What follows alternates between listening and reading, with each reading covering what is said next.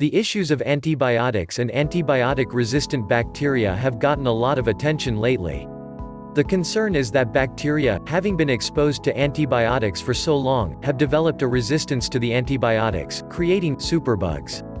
The grim reality is that bacterial infections that used to succumb easily to antibiotics have turned more serious, even deadly.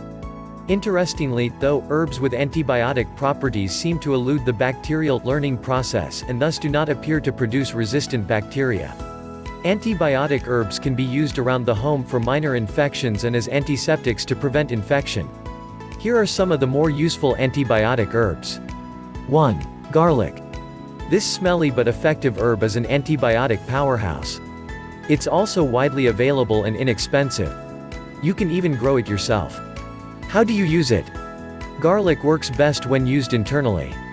It can be made into ear drops and used to combat ear infections. Simmered in broth or water, it makes a healing broth that works especially well for upper respiratory infections.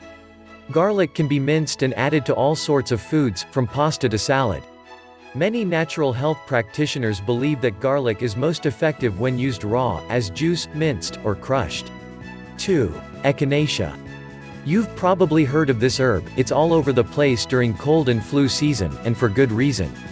Echinacea is a powerful antibiotic and, in the case of colds and flu, antiviral.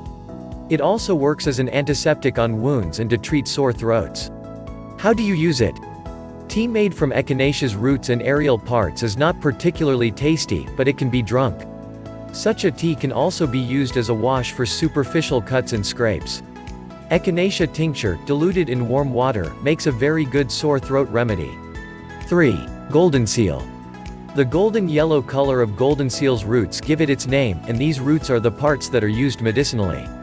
Golden seal works well topically and internally. However, it is such an effective antibiotic that it can affect intestinal flora, and should not be taken internally for more than a few weeks at a time.